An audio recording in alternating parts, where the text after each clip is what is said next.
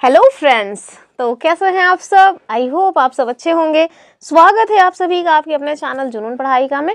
हम लोग NCERT polity देख रहे हैं। सीटेट 2025 जो जुलाई में एग्जाम होना है उसको नज़र में रखते हुए हम लोग पॉलिटी में कल चैप्टर 5 डिस्कस कर लिए थे, जिसमें हमने स्थानीय स्वशासन देखा था, यानी कि जो गांव की पंचायत है वो देखा था।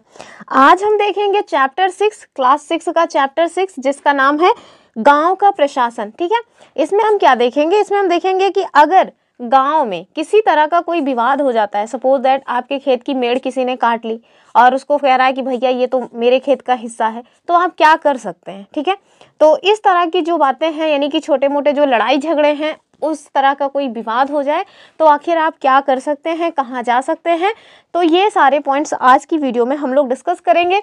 इस चैप्टर की इम्पोर्टेंस जानने के लिए सबसे पहले हम लोग 2020 में 2 क्वेश्चंस इस चैप्टर से पूछे गए हैं उसको देख लेते हैं।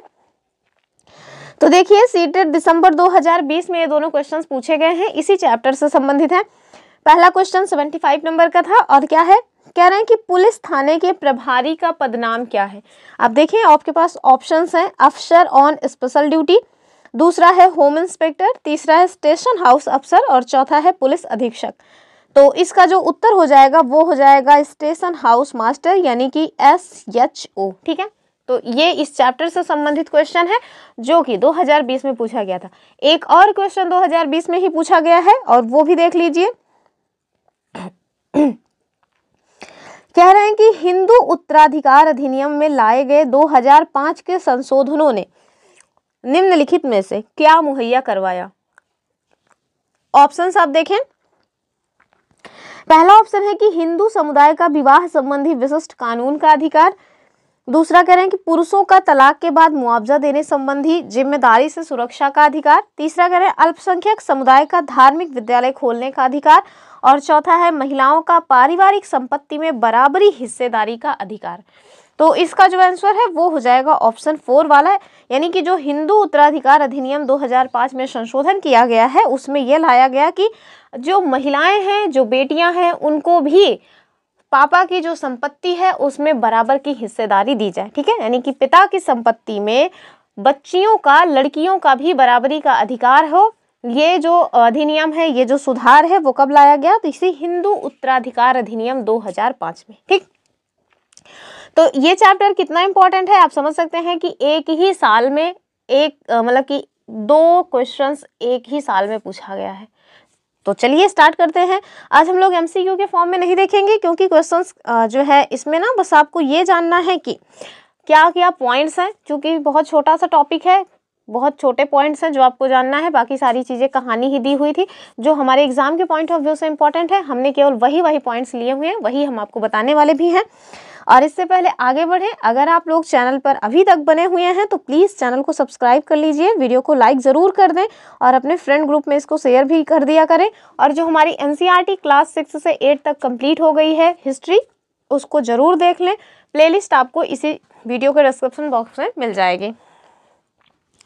सबसे पहले आप देखिए क्या बता रहे हैं कि हर पुलिस थाने का एक कार्य क्षेत्र होता है। ठीक है, यानी कि जो पुलिस थाना होता है, वो जो भी पुलिस थाने हैं उनका एक कार्य क्षेत्र होता है, वो आपको यहाँ बताया गया है। ठीक है, कह रहे हैं कि जो उसके नियंत्रण में रहता है, तो किसके, पुलिस थाने के नियंत्रण में एक कार्य क्षेत्र होता है, ये आपको बता रहे हैं। फिर कह रहे हैं कि लोग उस क्षेत्र में हुई चोरी, दुर्घटना, मारपीट, झगड़े आदि की रपट अर्थात जो रिपोर्ट है वो थाने में लिखवा सकते हैं। ठीक है, यानी कि जिस कार्य क्षेत्र में यानी कि थाना जिस कार्य क्षेत्र में आता है वहाँ से संबंधित, मारपीट से संबंधित कोई मामला हो या कोई और भी लड़ाई झगड़े का मामला हो या फिर चोरी हो गई हो, कोई दुर्घटना घट गई हो, या जैसे कि मैंने आपको बताया कि आपके खेत की मेड़ किसी ने काट ली हो, तो आप जिस कार्य क्षेत्र में आपका जो मतलब कि घर है या ये जिस कार्य क्षेत्र में आप जहाँ पे हैं उस कार्य क्षेत्र में जो थाना आता है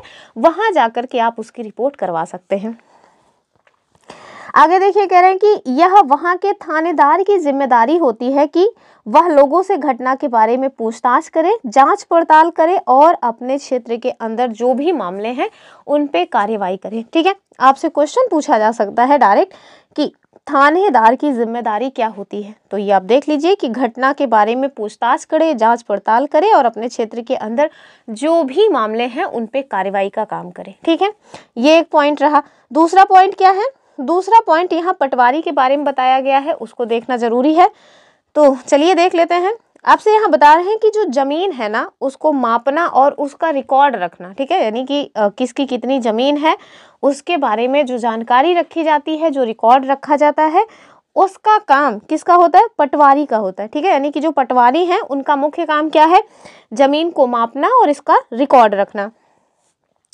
अलग अलग राज्यों में इनको अलग अलग नाम से जाना जाता है। किनको? पटवारी को अलग अलग राज्यों में अलग अलग नाम से जाना जाता है। कहीं पे इन्हें पटवारी कहते हैं तो कहीं लेखपाल। अब जैसे हमारे यहाँ लेखपाल कहते हैं, ठीक है, हम लोग यूपी के हैं, हमारे यहाँ लेखपाल कहा जाता है, कहीं कहीं पटवारी कहते हैं। अब आप लोग बताइए कि आपके यहाँ क्या कहते हैं। और आप देखें कि कहीं कर्मचारी कहा जाता है, कहीं ग्रामीण अधिकारी तो कहीं कानूनगो। ठीक है, तो ये सारे नाम ना पटवारी के ही हैं। देख लीजिए क्या क्या नाम है। पटवारी तो कहते ही हैं, हमारे यहाँ यूपी में लेखपाल कहते हैं, कहीं पे इन्हें कर्मचारी कहा जाता है, कहीं ग्रामीण अधिकारी तो कहीं कहीं इन्हें कानूनगो भी कहा जाता है। आप लोग अपने क्षेत्र में क्या कहते हैं बताइएगा।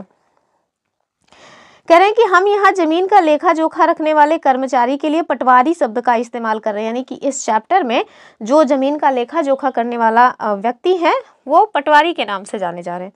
कह रहे हैं कि प्रत्येक पटवारी कुछ गांवों के लिए जिम्मेदार होते हैं। यानी कि जो पटवारी होते हैं ऐसा नहीं कि वो पूरे जिले का काम देखेंगे, नहीं, कुछ गांवों का जो काम है वो उनके जिम्मे में आता है। यहाँ पे एक नक्शा वगैरह दिया गया है जो कि हमारे काम का तो नहीं है एग्जाम के पॉइंट ऑफ व्यू से। आप उसको जानकारी के लिए जब PDF मिल जाएगी तो जाके वहाँ देख लीजिएगा। आगे देखें कि जो आम तौर पर जो पटवारी है ना इनके पास खेत नापने के अलग अलग तरीके होते हैं। कई जगह पर वह एक लंबी लोहे की जंजीर का इस्तेमाल करते हैं, इसे जरीब कहा जाता है। ठीक है, ये जो जरीब है ये क्वेश्चन 2024 में पूछा गया है। ठीक है, तो इसको आप अच्छे से देख लें। क्या है ये कि जो जरीब है ना उसे पटवारी जो है वो खेत को मापने के लिए या जमीन को मापने के लिए एक लोहे की जंजीर होती है उसको यूज करते हैं। उसको क्या कहा जाता है? उसको जरीब कहा जाता है। अब देखेंगे कि जो जरीब है ना वो शेरशाह सूरी के टाइम से चली आ रही। तो ऐसा नहीं है कि कोई नया कंसेप्ट आ गया है कि आज हमारे यहाँ जो पटवारी हैं वो जरीब का यूज करें, नहीं, पहले भी लोहे की जंजीर जो है जरीब का यूज हुआ करता था और शायद वहीं से अभी भी ये चल रहा है। आगे देखें, पटवारी जो है ना वो किसानों से भूमि कर भी इकट्ठा करते हैं। तो अभी वर्तमान में इतना ज़्यादा टैक्स तो लिया नहीं जाता, लेकिन हाँ आप देखेंगे कि जिनके पास थोड़ा ज़्यादा ज़मीन होती है उनसे अभी भी लगान लिया जाता है। तो ये जो लगान है ना ये क्या है? ये एक तरह का भूमि कर है। तो वो वसूलने का जो काम है वो देखें कि किन से मतलब किनके द्वारा करवाया जा रहा है, तो पटवारी के द्वारा। ठीक है, यानी कि जो पटवारी है वो किसानों से भूमि कर जो है वो इकट्ठा करते हैं और सरकार को अपने क्षेत्र में उगने वाली जो भी फसल है उनके बारे में जानकारी देते हैं। ठीक है, यानी कि कहाँ पे गेहूं बोया गया है, सरसों बोया गया है या फिर मटर चना जो भी बोया गया है उसकी जानकारी रखने का जो काम है वो पटवारी का होता है। कह रहे हैं कि यह काम वह अपने रिकॉर्ड के आधार पर करते हैं, इसलिए जरूरी है कि वह उनको समय समय पर दुरुस्त करता रहे। ठीक है, यानी कि ऐसा नहीं है कि ठंडे बस्के में डाल दिए हैं उसका डेली मतलब कि उसका हर सीजन में चूँकि कौन सी फसल बोई जा रही है जब इसका विवरण रखना है तो जाहिर सी बात है कि आपको हर जो छमाही है या जो हर तिमाही है उसमें कौन सी फसल उस आपके क्षेत्र में बोई जा रही है उसको रिन्यू करना पड़ेगा। तो आप उसको ठंडे बक्से में नहीं डाल सकते कि चलो अब अगली साल देखा जाएगा, नहीं, आपको हमेशा उसको रिन्यू करते रहना पड़ेगा। कह रहे हैं कि क्योंकि जो किसान है ना वो कई बार फसल जो है वो बदल देते हैं और कुछ और उगाने लगते हैं। अभी जैसे हम लोग ही हमारे यहाँ ही था, पहले केवल गेहूं और चावल उगाया जाता था, लेकिन अब जो है पापा का मूड बदल गया है तो अब मटर भी उगा रहे हैं, गेहूं भी उगा रहे हैं, मक्का भी उगा रहे हैं, सरसों भी उगा रहे हैं, तिल भी उगा रहे हैं, अलसी भी उगा रहे हैं, धनिया भी उगा रहे हैं। मतलब अब उनका मन लग गया है कि अब हम कोहड़ा, लौकी, धनिया जो भी चीज़ें हैं, यानी कि सब्जी वाली फसल भी उगाएंगे, दाल वाली फसल भी उगाएंगे और तिलहन जो फसलें हैं उनको भी उगाएंगे। तो ये क्या है? ये यही है कि आए दिन जो किसान है ना उनका जब इरादा बदलता है तो वो लोग अपनी जो फसल है उसको भी चेंज करते हैं। फिर वो लोग ऐसा नहीं है कि पारंपरिक तरीके से धान गेहूँ चलता आ रहा है तो हम धान गेहूँ ही उगाएंगे, नहीं। तो इसी वजह से जो पटवारी हैं उनका काम है कि भैया आप हमेशा रिन्यू करते रहो, अपने रिकॉर्ड को हमेशा जो है रिन्यू करते रहो ताकि पता रहे कि कौन से क्षेत्र में कौन सी फसल उगाई जा रही है। आगे देखेंगे ये कुछ चिन्ह दिए गए हैं। जो पटवारी हैं उनके पास जो खसरा वगैरह होता है जिसमें मतलब कि भूमि का रिकॉर्ड वगैरह रखा जाता है, उसमें ये जो चिन्ह है ना, इनसे पता चलता है कि जैसे ये जो चिन्ह है ये क्या है, ये बॉर्डर को डिसाइड करता है। ये देखिए इस तरह का जो चिन्ह दिखाया गया है वो उस मैप में कुएं को डिसाइड करता है। ये जो है हल्का हल्का घास दिख रहा है ना, तो ये चरागाह है। ये देखिए पक्की सड़क का सिंबल बना हुआ है, यहाँ कच्ची सड़क का, और ये पेड़ का सिंबल है। तो ये सब आप देखेंगे कि जो सिमेटिक मैप मतलब कि जो एक मैप आता है ना जिसमें हम लोग इन सारी चीज़ों को देखते हैं, तो उसमें ये सारे निशान जो है, ये जो चिन्ह है वो बने रहते हैं। यहाँ देखिए आगे आपसे बता रहे हैं कि भारत में सभी राज्य जिलों में बटे हुए हैं। जमीन से जुड़े मामलों की व्यवस्था के लिए इन जिलों को और भी छोटे खंडों में बांट दिया जाता है। जिले के उपखंडों को कई नामों से जाना जाता है, जैसे तहसील, तालुका इत्यादि। ठीक है, तो ये जो तहसील और तालुका है ये क्या है, तो ये जिले के उपखंडों के नाम है। हमारे यहाँ तहसील बोला जाता है, आपके यहाँ क्या बोलते हैं, कमेंट करिए। कह रहे हैं कि सबसे ऊपर जो है ना वो जिला अधिकारी होता है। ठीक है, यानी कि जो जिला अधिकारी हैं वो सबसे ऊपर होते हैं और उनके नीचे तहसीलदार होते हैं। ये जो क्रम है ना ये सब आपको याद रखना है, क्योंकि क्वेश्चन किसी भी तरह से बन सकता है। कह रहे हैं कि उन्हें विभिन्न मामलों में निपटाना होता है, यानी कि जो भी मामले होते हैं ना उन्हें निपटान करने का जो काम है ये इन लोगों का होता है। और वे पटवारी के काम का निरीक्षण करते हैं। ठीक है, यानी कि जो पटवारी है उनके द्वारा जो काम किया गया है उसका निरीक्षण करने का जो काम है वो तहसीलदार या फिर जो सबसे ऊपर यानी कि जिलाधिकारी हैं वो उनके द्वारा किया जाता है।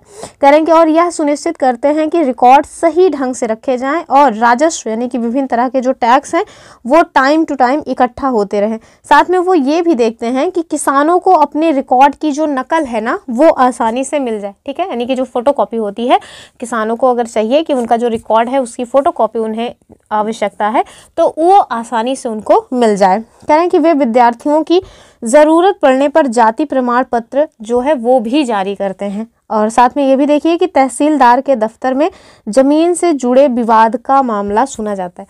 ये देखिए यहाँ पे एक क्वेश्चन जो है वो आया है कि ज़रूरत पड़ने पर जो जाति प्रमाण पत्र है वो भी जारी किया जाता है। तो आप देखिए किन के द्वारा किया जा रहा है, तहसीलदार के द्वारा। ठीक है, ये एक बार मुझे अपना जो है जाति प्रमाण पत्र बनवाना था, मेरे फ्रेंड ने ये क्वेश्चन पूछा था किसकी सिग्नेचर वहाँ पे रहती है, उस टाइम पे मुझे नहीं पता था। लेकिन आप लोग ज़रूर जाने रहिए भैया, क्योंकि हम लोग एनसीईआरटी क्लास 6 में इस बात को देख ले रहे हैं कि जो जाति प्रमाण पत्र होता है ना उस पर सिग्नेचर तहसीलदार के होते हैं। ठीक, आगे देखेंगे हम लोग वो जो हमने क्वेश्चन देखा था ना हिंदू जो अधिनियम धारा 2005 वाली, वो वाला क्वेश्चन यहाँ से बना हुआ है। तो ये देखिए क्या है, एक कहानी, छोटी सी कहानी बताई गई है। एक बच्ची है जो कि अपने मतलब माता पिता और भाई बहनों के साथ रहती है। एक टाइम आता है कि उनके पिताजी की मृत्यु हो जाती है, तो जो बच्ची रहती है उसको ये आस रहती है कि जो अभी तक हम लोग जिस खेत में काम कर रहे थे उसका जब बंटवारा होगा तो उसमें उसको हिस्सा मिलेगा। लेकिन आपको पता ही है कि महिलाओं को प्रॉपर्टी में हिस्सा नहीं दिया जाता। अभी भले ही हमारे पास ये कानून है, लेकिन आप सबको पता है कि कितनी महिलाएं हैं जिनको भाई के बराबर जो है पिता की संपत्ति में हिस्सा मिलता होगा। क्या आपके आसपास कोई ऐसा है जिसको मिलता हो हिस्सा? मेरे आसपास तो नहीं है। अब भाई मैं अकेली हूँ तो जाहिर सी बात है कि मेरे कोई भाई नहीं है, कोई बहन नहीं, तो जो भी मेरे पिताजी की संपत्ति है वो तो मेरी ही है। तो जो अकेले हैं उनका छोड़ दीजिए, जिनके पास भाई हैं उनकी बात कीजिए। भले ही हमारे पास कानून है, लेकिन आज भी जो बेटियां हैं उनको प्रॉपर्टी में हिस्सा नहीं दिया जाता है। तो वो बच्ची भी सोच रही थी कि जब मतलब कुछ भी नहीं रहेगा तो कम से कम जिस खेत में हम काम कर रहे हैं उसमें हमको हिस्सा मिलेगा। लेकिन होता क्या है, उसको कोई हिस्सा नहीं मिलता। फिर ये वाला मतलब कानून आता है और इस कानून के बाद फिर उसको उस प्रॉपर्टी में हिस्सा मिलता है। तो ये भैया हवाई बातें हैं, प्रॉपर्टी में हिस्सा आज भी नहीं मिलता। मतलब मिलता है कि नहीं मिलता, आप देखेंगे कि किसी के भी पास आपको देखने को नहीं मिलेगा कि पिता की संपत्ति में भाई के बराबर जो बहन है उसको भी हिस्सा मिला हो। ठीक है, आप अपने घर में देखिए, क्या आपकी मम्मी को मामा के यहाँ जो संपत्ति है, नाना के यहाँ जो संपत्ति थी उसमें हिस्सा मिला हुआ है? मेरे ख्याल से नहीं मिला है। चलिए देखते हैं हिंदू अधिनियम की धारा 2005 क्या कह रहे हैं। कह रहे हैं कि जब हम उन किसानों के बारे में सोचते हैं जिनके पास जमीन है तो आम तौर पर हमारे ध्यान में पुरुष होते हैं। ठीक है, यानी कि अगर कोई ये कहे कि वो लैंडलॉर्ड है तो आपको मतलब आपके माइंड में ये बात आएगी ही नहीं कि वो महिला हो सकती है। आपके मन में तुरंत आएगा कोई ना कोई पुरुष ही होगा। क्यों? क्योंकि पुरुष ही संपत्ति के मालिक होते हैं। आगे देखिए, कह रहे हैं कि महिलाओं की हैसियत खेतों में काम मतलब खेतों के काम में मददगार भर की मानी जाती। ठीक है, माने कि महिलाएं जो हैं वो खेतों में केवल मजदूरी वाला काम करें, भले ही वो आपका अपना खेत है, यानी कि अपने पति का या अपने पिता का ही खेत है, उसमें भी उनका काम क्या है, केवल आप खेतों में काम कर सकते हो। ठीक है, उसमें जो अनाज उत्पादन हो रहा है उसको आप उत्पादित कर सकते हो, ना तो उस प्रॉपर्टी पे आपका कोई हिस्सा होगा और ना तो आप देखेंगे कि कमाई पे ही कोई हिस्सा होता है। इवन जो दूसरों के खेतों में मजदूरी करने जाते हैं ना, उनको तो कम से कम मजदूरी मिलती है, जो घर में रह करके अपने ही खेतों में काम करते हैं उन्हें तो वो पैसा भी नहीं मिलता।